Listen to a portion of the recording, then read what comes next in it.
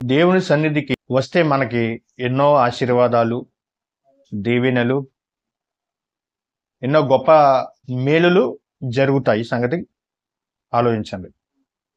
లోకంలో ఉన్నామనుకోండి, లోకంలో ఉన్న వాటిని మనం ప్రేమిస్తాము, లోకంలో ఉన్న వాటినే మనం తీసుకుని వస్తాము.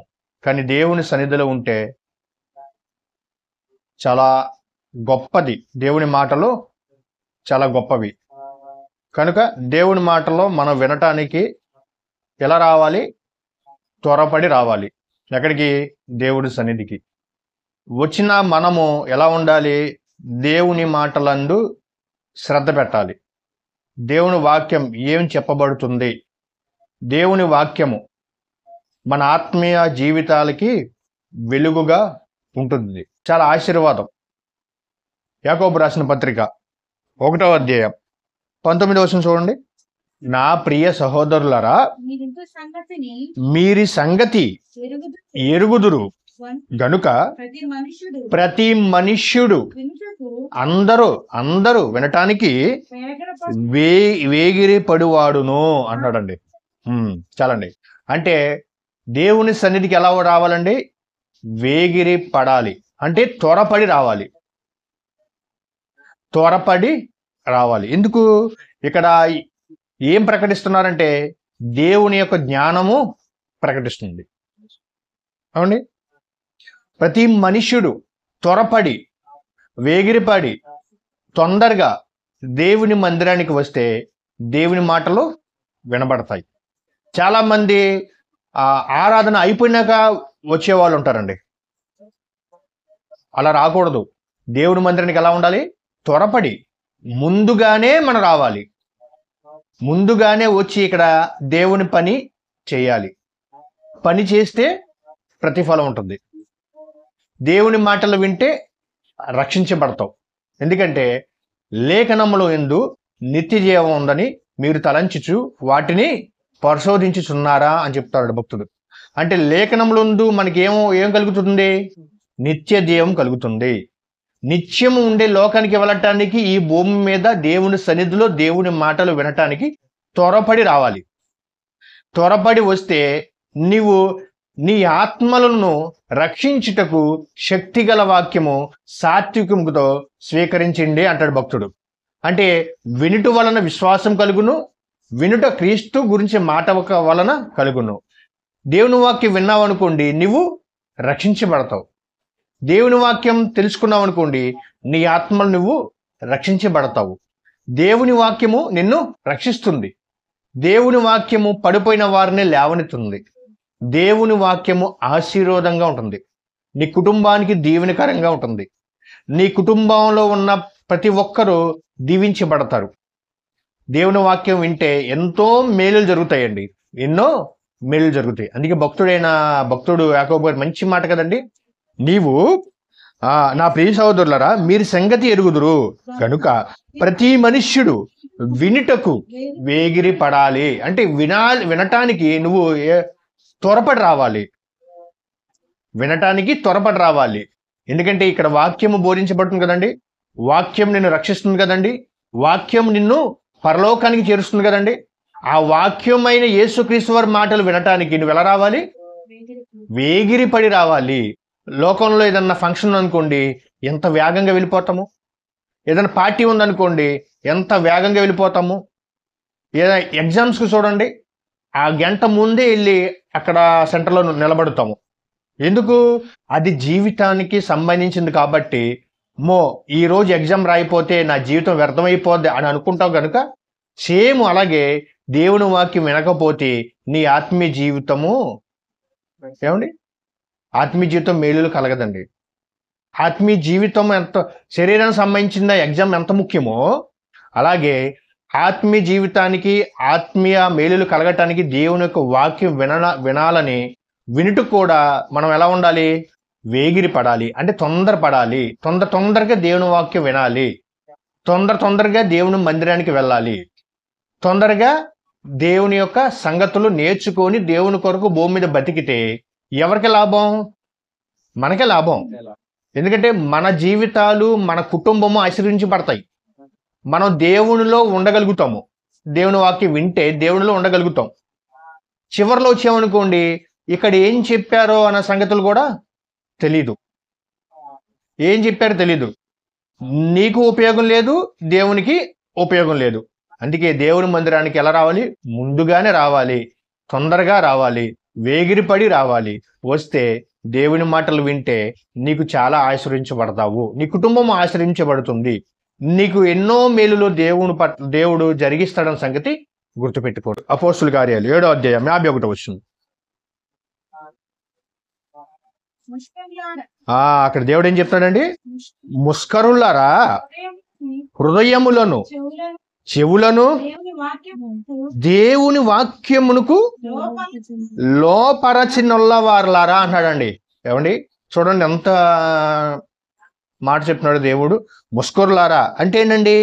బుద్ధి లేనివారా, బుద్ధి లేని వారులారా, బుద్ధి తక్కువైన వారులారా, మీ హృదయములను చెవులను దేవుని వాక్యమునకు లోపరచినొల్లవారులారా అంటే దేవుని వాక్యానికి ఏమి ఇవ్వట్లేదు? మనసు ఇవ్వట్లేదు. దేవుని వాక్యానికి హృదయాన్ని ఇవ్వట్లేదు. దేవుని వాక్యం వారిగా ఉండట్లేదు. ముష్కరులారా అంటే ఎంత ఏమండి బాధకరమైన మాట అండి. అంటే బుద్ధి లేని వారిని ఏమంటాం మనం? బుద్ధి లేని వారులారా అంటాడు దేవుడు. అప్పుడప్పుడు మనం ఏదైనా చెప్పిన మాటలు చెప్పామనుకోండి, ఆ పిల్లవాడు వినలేదనుకోండి, అరే నీకు అసలు బుద్ధి ఉందరా అని అంటా ఉంటాం. అరే బుద్ధి తెచ్చుకోరా అంటాం. అరే నీకు బుద్ధి తక్కువైందరా అంటా ఉంటాం. అలాగే దేవుడు కూడా ఏమంటాడంటే ముష్కరులారా అంటే బుద్ధి తక్కువైన వారులారా. ఇంకో విషయం చెప్పమంటారా? మూర్ఖుడా అంటాడండి దేవుడు. మూర్ఖులారా అంటున్నాడు దేవుడు. అంటే ముష్కరులారా, మీ హృదయములను చెవులను దేవుని వాక్యమునకు లోపరచినొల్లవారులారా అంటే ఇక్కడే ఉంటారు కానీ దేవుని మాటలు వినరు. ఇక్కడే ఉంటారు, దేవుడి సన్నిధిలోనూ ఉంటారు, కూర్చుంటారు. వాళ్ళ మనసు ఎక్కడ ఉంటది? లోకంలో ఉంటది. ఇంటికాడ ఏం కూర అయితే తీసుకెళ్లాలో, అమ్మో ఇంటికాడ వ్యాపారం ఏమైపోయిందో, ఇంటికాడ బంధువులు ఉన్నారు, ఇంటికాడ ఏ బిర్యానీ చేసుకోవాలి, ఏ కర్రీ చేసుకోవాలి, వాళ్ళ మనసులు అక్కడ ఉంటాయి. ఇక్కడ బోధకుడు చెప్తున్నానగానే వారు వినువారు మాత్రమే ఉంటారు కానీ వారి హృదయము దేవునికి దూరంగా ఉంది అంటాడు భక్తుడు. వినువారు వింటారు కానీ వారి మనసు ఎక్కడ ఉంటుందంటే ఇంటికాడ ఉంటది, దూరంగా ఉంటది, దేవుని మందిరం ఉంచరు. అందుకే దేవుడు వారిని ఏమన్నాడు తెలుసా? ముష్కరులారా అన్నాడు. అంటే బుద్ధి తక్కువ వారులారా, బుద్ధి లేని వారులారా అంటాడండి. అలా అనిపించుకుంటామా మనండి? ఆలోచించండి. ఒకనాడు ఇశ్రాయేలీయులు దేవుణ్ణి చాలా చాలా బాధ పెట్టారండి. అప్పుడు అలా బాధ పెట్టారు, ఇప్పుడు మనం బాధ పెడుతున్నాం. ఎవరిని? దేవుణ్ణి. ఏం తేడా లేదండి, కానీ ఆయన బాధ మాత్రము అలాగే ఉంది. నేను పిల్లలను కని పెంచి పోషించాను, వారు నా మీద తిరగబడి ఉన్నారు అంటాడు లేఖనాల్లో. అంటే దేవుడి మాటలు వినేవారు కాదండి వీళ్ళందరూ. ఎవరు వీళ్ళు? బుద్ధి తక్కువ గల వారు. అంటే దేవుని వాక్యము వినాలండి, మనస్సు ఎక్కడ ఉండాలి. నువ్వు ఇక్కడ కూర్చుంటున్నావు కదా, నీ హృదయం ఎక్కడ ఉండాలి, నీ మనస్సు ఇక్కడ ఉండాలి, నీ ఆలోచన కూడా ఇక్కడ ఉండాలండి. అలా ఆలోచించేవారు నిజంగా దేవుడి కొరకు గొప్పగా బతుకుతారండి. బైబిల్లో ఒక 2 గ్రూపులు ఉన్నాయండి. 2 గ్రూపులు ఉన్నాయి. ఒకరేమో దేవుని మాటలు వేగిరి పడేవారిగా ఉంటారు, మరొకరేమో దేవుడి మాటలు వినల వారిగా ఉంటారు. 2 గ్రూపులు ఉన్నాయి. మొదటి గ్రూప్ చూద్దామండి. యెహెజ్కేలు గ్రంథం 33వ అధ్యాయం 30వ వచనం. మరియు నరపుత్రుడా, నీ జనులు గోడ దగ్గరను ఇంటి ద్వారములందరూ నిలవబడి నిన్ను గురించి మాట్లాడుదురు. యెహెజ్కేలు ద్వారా దేవుడు మాట్లాడుతున్నాడండి. నీ గురించి, తండ్రి అయిన దేవుని గురించి.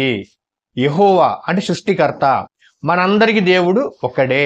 ఆయన గురించి ఏమనుకుంటున్నారు ఈ గ్రూపు, ఈ యొక్క టీం ఏమనుకుంటున్నారంటే, ఏమండి, మరియు నరపుత్రుడా, నీ జనులు గోడ దగ్గర ఇంటి ద్వారములందరూ నిలవబడి నిన్ను గూర్చి మాట్లాడుదురు. ఒకరినొకరు చూచి పోదుము రండి. అక్కడ దేవుని మాటల్లో ప్రకటించబడుతున్నాయి, అక్కడ దేవుని యొక్క జ్ఞానము తెలియబడుతుంది, అక్కడ సువార్త ప్రకటిస్తున్నారు. సత్య సువార్త ప్రకటిస్తున్నారు కనుక ఒకరినొకరు మాట్లాడుకొని పోదము రండి వెళ్దాం రండి అని చెప్తున్నారండి. అంతే కదండి. యెహోవా యొద్ద నుండి బయలుదేరి మాటెట్టిలో చూతుము రండి అని చెప్పుకొనుచున్నారు. ఇది ఒక గ్రూప్ అండి. ఎలా ఉన్నారండి వీరందరూ? దేవుని కొరకు దేవుని మాటలు వేగిరి పడేవారిగా, దేవుని యొక్క మాటలో లోబడే వారిగా, దేవుని మాటలు తెలుసుకునే వారిగా ఉన్నారండి వీరు. ఒకరినొకరు మాట్లాడుకుంటున్నారు, అరే ఈరోజు దేవుని మాటలు విందాం రండి. అక్కడ ఏ మాటలో మా దైవజనుడి ద్వారా ఏం మాట్లాడుతున్నారో మనం తెలుసుకుందాం రండి అంటారండి. అక్కడ దేవుని యందు దేవుని మాటలు ఆ దైవజనుడు ఏం మాట్లాడుతున్నారు, ఏ వాక్యం అయితే బోధిస్తున్నారు, అరే మనం మన ఆత్మను రక్షించడానికి శక్తి గల వాక్యం కదా, పోదాం రండి అని చెప్తున్నారండి. ఎంత చక్కని మాట అండి, ఎంత బాగుందండి మాట. మరల చదవండి. మరియు నరపుత్రుడా, నీ జనులు గోడ దగ్గరను ఇంటి ద్వారము అందరూ అందును నిలవబడి నిన్ను గూర్చి, అంటే తండ్రి అయిన దేవుని గురించి మాట్లాడుదురు. ఒకరినొకరు చూచి పోదము రండి, యెహోవా యొద్ద నుండి బయలుదేరి మాట ఎట్టిదో చూతుము రండి అని చెప్పుకొనుచున్నారు. ఎంత ఒక గొప్ప జనాంగం అండి వీళ్ళు. దేవుని యందు భయము భక్తి కలిగిన విశ్వాసం కలిగిన వారే కదండి వీరందరూ. అంటే దేవుని మాటలు విందాం రండి అని ఒకరినొకరు ఏమనుకుంటున్నారు? పురికొల్పుకుంటున్నారు, ఒకరినొకరు హెచ్చరించుకుంటున్నారు, ఒకరికొకరు మాట్లాడుకుంటున్నారు. అరే రారా దేవుని మందిరానికి వెళ్దాము, దేవుని సన్నిధికి వెళ్దాము. అక్కడ ఏ దేవుడు ఏ మాటలైతే మాట్లాడతారో మనకు తెలియదు కదా, అక్కడికి వెళితే తెలుస్తుంది. అందుకే వెళదాము రండి అని ఒక గ్రూప్ వారు మాట్లాడుకుంటున్నారు. వీరు దేవుని కొరకు బతికినటువంటి వారుగా మనకు కనబడుతున్నారు, దేవుని మాటలు వినేవారిగా మనకు కనబడుతున్నారు, దేవుని సన్నిధికి వెళ్ళేవారిగా మనకు కనబడుతున్నారు. గోడ దగ్గర నుంచి వింటున్నారు ఏమండి, ఆ ద్వారం వద్ద నుండి దేవుని మాటలు వింటున్నారు. అంతేకాదు వారందరూ ఒకరినొకరు హెచ్చరించుకుని అరే వెళ్దాం రండి, అక్కడ దేవుడు మనతో మాట్లాడుతున్నాడు. ఏ మాటలు మాట్లాడతారో మనకు తెలియదు కనుక ఎట్టిదో ఆ మాటలో చాలా అమూల్యమైనది, దేవుని మాటల్లో చాలా అద్భుతమైనది అండి. దేవుని మాట నిన్ను రక్షిస్తుంది, దేవుని మాట నువ్వు పడిపోయిన వారిని లేవనెత్తుంది, దేవుని మాట పరలోకానికి చేరుస్తున్న సంగతి ఈ యొక్క జనాంగం, ఈ యొక్క గ్రూపు ఎలా ఉన్నారండి, దేవునికి మాటలు వినటానికి వెళ్తున్నారు వీళ్ళు. మంచిది. మరి రెండో గ్రూప్ వారు ఉన్నారండి, వారు దేవుని మాటకు మనసు ఇవ్వట్లేదు, దేవునికి హృదయము ఇవ్వటం లేదు. ఇర్మీయా గ్రంథము 6వ అధ్యాయము విందురని నేను ఎవరితో మాట్లాడుదును, ఎవరికి సాక్ష్యం ఇస్తున్నాను, వారు వినుటకు. ఇదొక బ్యాచ్ అండి. ఆ బ్యాచ్ ఏమో దేవుని కొరకు వేగిరిపడి వెళ్తున్నారు. ఈ బ్యాచ్ ఏంటండి ఏమండి, ఇదొక గ్రూపు. విందు అని ఎవరితో మాట్లాడతాను, ఎవరికి దేవుడు చెప్తున్నాడు, కనతండ్రిని దేవుడు ఇర్మీయా గారి ద్వారా మాట్లాడుతున్నాడు. ఏమని మాట్లాడుతున్నాడు? విందురని నేను ఎవరితో మాట్లాడేదను. ఆనాడు వినట్లేదండి, దేవుని మాటలు వినేవారు లేరు, దేవుడి కొరకు బ్రతికేవారు లేరు, దేవుడి గురించి ఆలోచించేవారు లేదు. ఈ గ్రూపు ఎవరికి సాక్ష్యం ఇచ్చేదను, వారి వినుటకు తమ మనస్సు సిద్ధపరచుకున్నారు.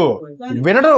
నేను ఎంత చెప్పినా దేవుడు ఒక్కడే, నేనేరా దేవుడు, మీ దేవుడు నేనే, మీ అందరికీ కనతండ్రి నేను దేవుడు నేనే, మిమ్మల్ని పుట్టించింది నేనే, ఈ సృష్టిని ఏర్పాటు చేసింది నేనే అని ప్రవక్తల చేత భక్తుల చేత చెప్పిన అక్కడ ఉన్న జనాలు ఇశ్రాయేలీయులు వినట్లేదండి. అప్పుడు దేవుడు కనతండ్రిని దేవుడు ఇర్మీయా గారి ద్వారా బాధపడుతున్నాడండి. ఏమండి, వారు వినుటకు తమ మనస్సును సిద్ధపరచుకొనరు. అంటే నువ్వు ఎంత చెప్పినా వారు వినేవారుగా ఉండట్లేదండి. నువ్వు ఎంత వాక్యం బోధించినా చాలా మంది వినరండి. ఇక్కడ వింటారు, బయటికి వెళ్ళినాక మర్చిపోతారు. పోయిన ఆదివారం ఏం చెప్పామో మనం అడిగామనుకోండి, ఏమో అయ్యగారు గుర్తులేదంటారు. మనం చెప్పిన వాక్యాన్ని మరలా మనం ఏం చేయాలి? ధ్యానించాలి, అంటే రిపీట్ చేసుకోవాలి, ఆలోచించాలి, నేర్చుకోవాలి. కానీ వీరికి, ఈ గ్రూప్కి మనసు లేదు. దేనికి మనసు లేదు? దేవుని మాటలు వినటానికి మనసు లేదు, దేవుడి కొరకు నిలబడాలని ఆలోచన లేదు, దేవునిలో వెదగాలని ఆలోచన లేదు, దేవుడు ఒక్కడే అని తెలుసుకోవాలని జ్ఞానం కూడా లేదండి ఎవరికి? ఇశ్రాయేలీయులకి. సిద్ధపరచుకున్నారు గనుక గనుక వినలేకపోయిరి. వారు వినలేదండి, వారు ఆలోచించలేదు. ఇదొక గ్రూపు. వారు యెహోవా వాక్యమందు సంతోషం లేని వారే దాని తృణీకరింతురు. వారికి సంతోషం లేదు, వారి జీవితాలలో వెలుగు లేదు, వారికి ఆశీర్వాదం లేదు. దేవుని మాటలు వింటే ఆశీర్వాదం ఉంది, కానీ ఈ బ్యాచ్కి దేవుని మాటలు వినే ఆలోచన మనసు లేదు, ఆలోచన లేదు, సంతోషము లేదు. అలా ఉండకూడదండి. దేవుని మాటలు వినటానికి వేగిరిపడి రావాలి. దేవుని మాటల్లో సన్నిధికి రావటానికి పెందలగాడే వచ్చి దేవుని సన్నిధిని శుభ్రం చేసి, ఎందుకంటే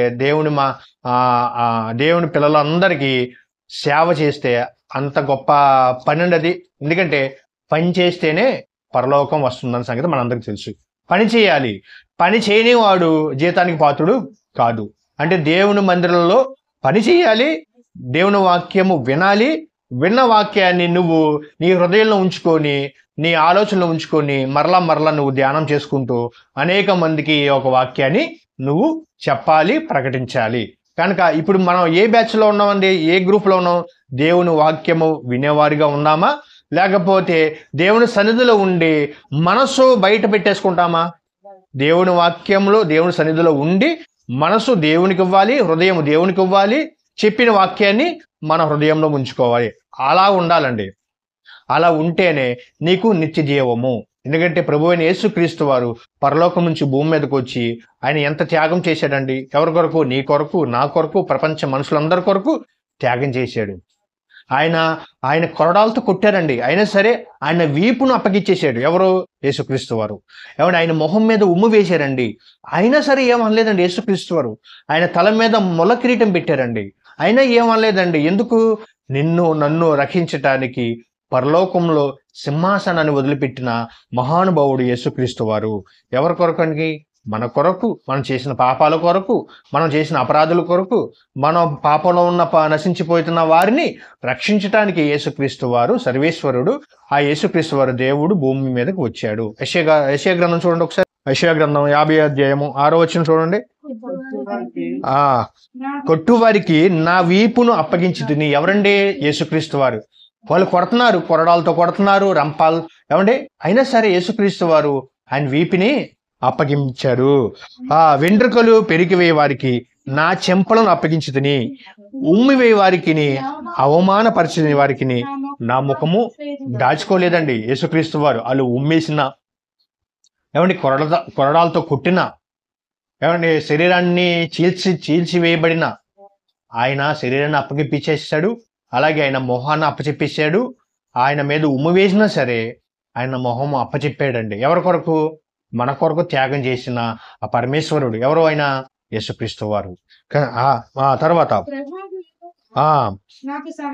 ప్రభు యెహోవా నాకు సహాయం చేయవాడు గనుక నేను సిగ్గుపడలేదు. నేను సిగ్గుపడనని ఎరిగి నా ముఖమును చెకుముకి రాతి వలె చేసుకుంటుని. ఇదంతా మరి ఆలోచన చేస్తే ప్రియులరా, యేసుక్రీస్తు వారు మన కొరకు భూమి మీద వచ్చి ఎంతో త్యాగం చేసిన దేవుడైన యేసుక్రీస్తు వారు. కనుక ఆలోచించండి, దేవుని మందిరానికి త్వరపడి రావాలి. దేవుని వాక్యం వింటే నీ కుటుంబానికి ఎంతో ఆశీర్వాదము, నీ ఆత్మను నువ్వు రక్షించేవారిగా ఉంటావు. ఎందుకంటే ఆత్మను ఆర్పకండి అంటాడు భక్తుడు పౌలు గారు. అంటే ఆత్మ ఎప్పుడు వెలుగుతూ ఉండాలండి, దేవుని యొక్క వాక్యంతో వెలుగుతూ ఉండాలి. ఆత్మను రక్షించడానికి శక్తి గల వాక్యము సాత్వికంతో స్వీకరించండి. అంటే నువ్వు దేవుని మాటలు వినాలి, దేవుని మందిరానికి వేగిరిపడి త్వరపడి తొందరగా దేవుని సన్నిధికి వచ్చి దేవుడి పనిలో ఉండి దేవుడి కార్యక్రమంలో నువ్వు నిలబడి పాలు పంచుకొని, ఏమంటే దేవుని మాటలు వినాలి. నీ మనస్సును, నీ హృదయాన్ని నువ్వు ఎప్పుడైతే దేవునికి ఇస్తావో అప్పుడు దేవుడు నీలోకి వస్తాడు. నువ్వు ఇక్కడ ఉండి నీ మనస్సు హృదయ బయట ఉందనుకోండి, ఎలాంటి ప్రయోజనము ఉండదు. దేవుని మాటల్లో మన చెవికి ఎక్కించుకోవాలి, నీ హృదయంలోకి వెళ్ళిపోవాలి. నరాలలో దేవుని మాటలో ఇమిడిపోవాలి. అంటే స్టోర్ చేసుకోవాలి. స్టోర్ తెలుసు కదండి, ఫ్రిడ్జ్లో స్టోర్ చేస్తాం. అలాగే నీ మైండ్లో, నీ హృదయంలో దేవుని మాటలో స్టోర్ చేసుకోవాలి. కనుక ఆలోచించండి, మంచి నిర్ణయం తీసుకోండి. ప్రార్థన చేసుకుందాం. మమ్మల్ని మిక్కిలిగా ప్రేమించిన మా కన్న తండ్రి, మీ సన్నిధికి త్వరపడి రమ్మన్నారు తండ్రి. వచ్చినటువంటి దేవుని పిల్లలు తండ్రి, మీ వాక్యానికి చోటిచ్చి, మీ వాక్యానికి మనసిచ్చే వారిగా ఉండటానికి సహాయం చేయండి. కొద్ది నిమిషాలు తండ్రి మీ మాటలు పంచుకున్నాం, ధ్యానించాం, ఆలోచించాం తండ్రి. చెప్పిన మాటలు తండ్రి విని విడిచిపెట్టకుండా వాటి ప్రకారంగా జీవించి మీరున్న మహాలోకానికి చేరే భాగ్యాన్ని కూడా వచ్చిన మా అందరికి దయచేయమని, కూడా వచ్చిన ప్రతి ఒక్కరికి జ్ఞాపకం చేసుకోండి తండ్రి. వారి పనుల్లో తోడుగా ఉన్నాను తండ్రి, ప్రయాణాలలో తోడుగా ఉన్నాను తండ్రి, ఆర్థిక పరిస్థితుల్లో మీరు తోడుగా ఉన్నాను తండ్రి. వారికి ఏ అవసరమో తండ్రి వారు తీర్చమని కోరుకున్నాం తండ్రి. అలాగే తండ్రి రాకపోకలందు మీరు తోడుగా ఉంటున్నారు, మమ్మల్ని క్షేమంగా కాపాడుతున్నారు, ఆదరిస్తున్నారు, కనికరిస్తున్నారు, కాపాడుతున్నారు, పోషిస్తున్నారు. అందును బట్టి మీకు కృతజ్ఞతాస్తుతులు చెల్లించుకుంటూ తండ్రి, విన్న వాక్యాన్ని విడిచిపెట్టకుండా వాటిని జాగ్రత్తగా మరలా మేము ధ్యానించే వారు ఉండడానికి సహాయం చేయండి తండ్రి. అనారోగ్యం ఉన్న బిడ్డలను బట్టి ప్రార్థిస్తుంది తండ్రి. సుజాత గారిని పిన్ని జ్ఞాపకం చేసుకోండి, మంచి ఆరోగ్యాన్ని ఆయుష్ను ప్రసాదించండి. అలాగే తండ్రి పెదపులిపాక చిన్ని గారిని జ్ఞాపకం చేసుకోండి, మంచి ఆరోగ్యాన్ని ఆయుష్ను ప్రసాదించండి ప్రభా.